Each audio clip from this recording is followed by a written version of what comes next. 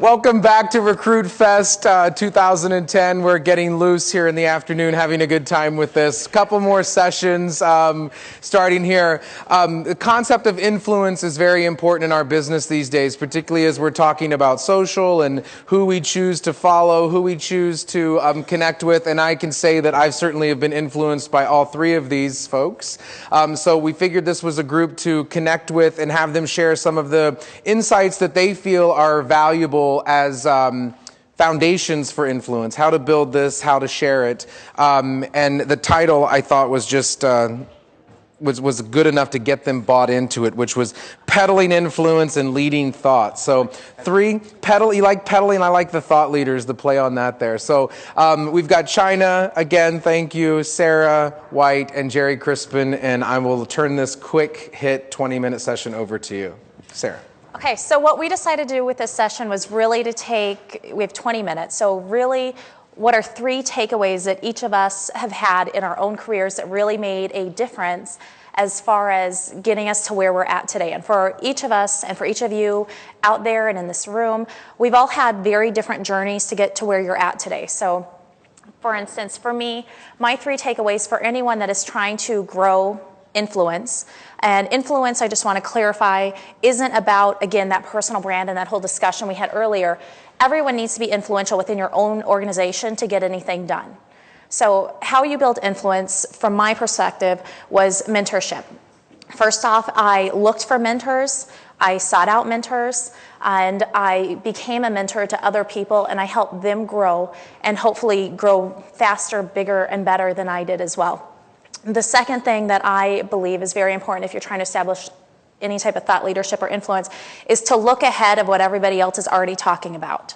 Look and see what the next thing is that fits with your brand and fits with who you are and what you're comfortable with, and where you want to grow. If it's not something you're interested in, don't bother learning about it and don't bother focusing on it.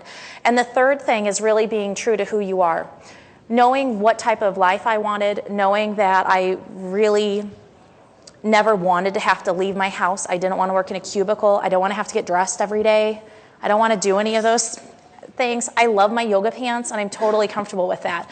And so I knew that in order to get to where I wanted to be, I had to find a job and everything else that would let me be comfortable and be me. China? So, as I look backwards, because I don't think I started, well, not I don't think, I know I didn't start my career wanting to be an influence peddler and a thought leader, right? I mean, when you're just out of college, you're looking for a job, right? And then you start having sort of career thoughts. But so as I look back over my career, the things that have helped me be successful, I think the first one is to be a learner. Mm-hmm. Always be a learner, be a student of the game, whatever game you're in, and most important is be a listener. Ask lots of questions and then shut up and actually listen to the questions, to the answers. You may not always agree with them, but there's always significant learning there. The second thing, regardless of what track you're on, whether you are an individual contributor, you want to move forward into management, you work for a company, you work for yourself, here's the brand part. And from my old school way of thinking, that's reputation. Right. Create a track record of success. Create a track record of results so that when people think of you, they think delivers what's promised, delivers more than what's promised, delivers more than what's promised quicker and under budget. So those were mine. So create a track record that people can rely on. So when they think of you, they think honest, they think trustworthy, they think I can rely on this person in a pinch. This is a go-to person. So creating that kind of a reputation.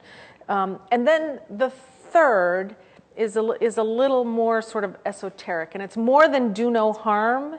It's really use whatever influence and power you have for good. So if you're in the business context, it's for your customers, it's for your colleagues, and it's for your community. And then there are lots of others. You can be involved with a faith community, you can be involved with education, you can be involved, as I am, on a number of nonprofit boards. But really it's use if you've got influence and if you are a thought leader, use that all for good.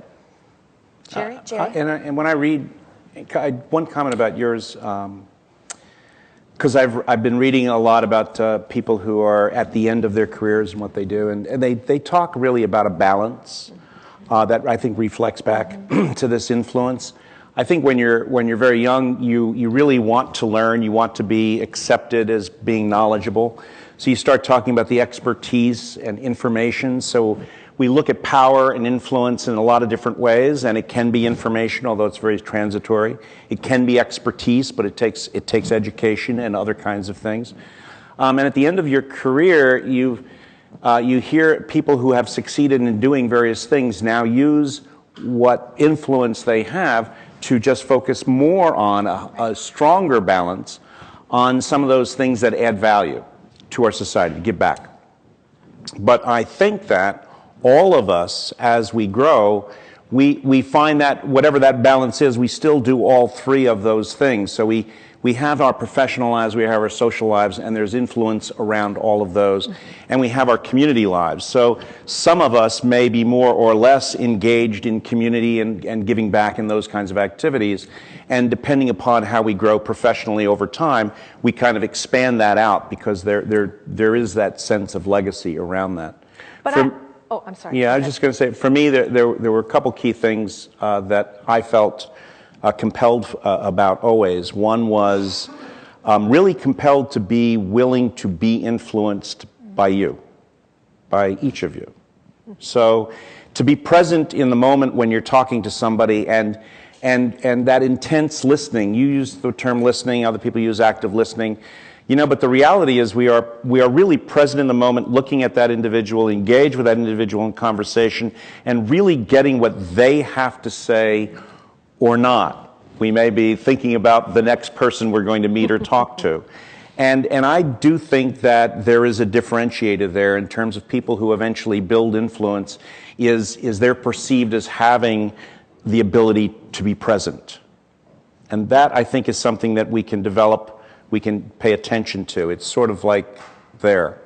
I think I also have a compulsion for sharing what I learned. So I'm like all of you, we're curious, and we have this affinity we're curious about certain kind of things and not others. So we really get engaged in learning as much as we can about those things. So if I see something from Master or something from Jenny or something from you that I like, I'm compelled to say thank you.